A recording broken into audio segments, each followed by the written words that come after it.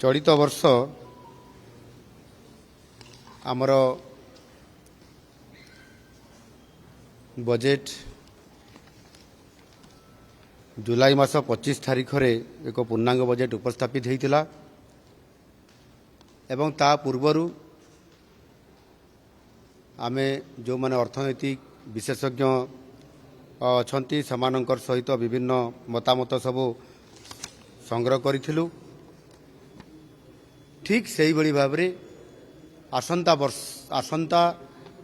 2025-26 आर्थिक वर्ष पाई जो विधानसभा फेब्रुआरी मास 13 तारिख रु आरंभ होउची फेब्रुआरी 17 तारिख रे बजेट उपस्थापित हबो। आउ सेथि पाई लोकमत संग्रह करिबा एवं विशेष करिकरी ये जो प्राग बजेट प्रस्तुतिर अवसर रे आज जो स्वतंत्र भाव में बैठक डका होता जो माने अर्थनैतिक विशेषज्ञ अछंती पूर्वतन अर्थमंत्री माने पूर्वतन अर्थ सचिव एवं ता सहित अनेक विभागर विभिन्न वर्गर विशेषज्ञ मानक डका होता तांकर सहित डिटेल्स आलोचना आज हेछि एवं सेथि पई जो माने आज एठी अति मूल्यवान सजेशन बा प्रस्ताव मान सब देइछंती सेथिरे किभଳି भाबरी आम बजेट लोकाभिमुखी होई परिबो। ये बजेट लोकंकर बजेट हिसाब रे गत वर्ष चलित वर्षरु ता कार्यकारी होउची एवं आसंता 2025-26 आर्थिक वर्ष रे मध्य किभଳି भाबरे होई परिबो। आउ सेथि पई अनेक गुरुत्वपूर्ण प्रस्ताव मान समस्त मान्यवर आज उपस्थित सदस्य माने से तांकर प्रस्ताव मान देइछंती एवं ये प्रस्ताव मान मध्य ये चलित मासर जनवरी मास 31 तारिख पर्यंत आम आदमी सर्वसाधारण रे जो माने भी एथिरे प्रस्ताव दे पारिबे तांको पाई मध्य ईमेल जरिया रे एवं समाने मध्य व्हाट्सएप माध्यम रे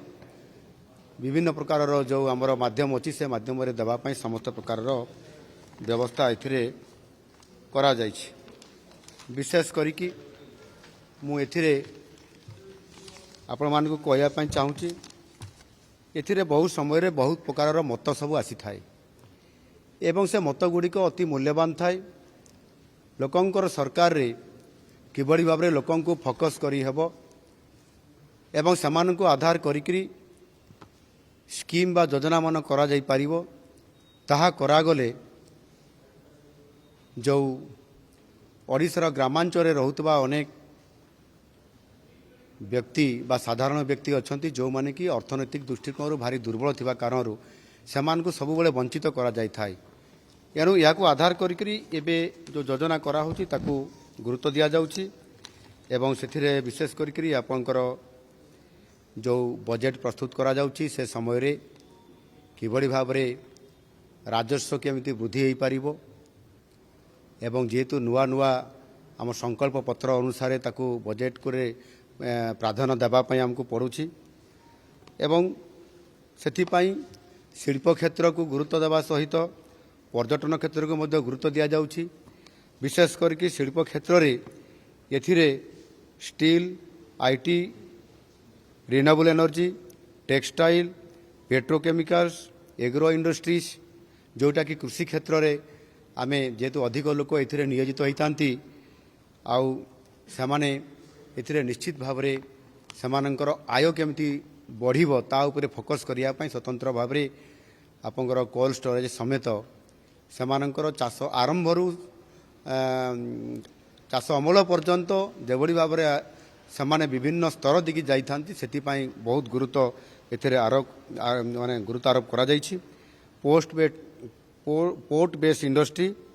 एवं आईटी सेक्टर रे मध्य आउ किछि क्षेत्र अछि जोटा कि सेमीकंडक्टर भलिया याकू बहुत प्राधान्य मध्य दिया जाउछि। आप माने जानिथिबे समस्ते Utkarsh Odisha make in Odisha conclave 2025 जनवरी 28 एवं 29 तारिख रे हेबा पई जाउछि एवं माननीय प्रधानमंत्री मध्य ये जो आमर इन्वेस्टर्स जो समिट होछि सेतरे से योगदान भी करूछंती। एथिरे सेथि पई विशेष करके ओडिशा रे किभଳି भाबरे आमर जीडीपी बढ़िबा सहित आमे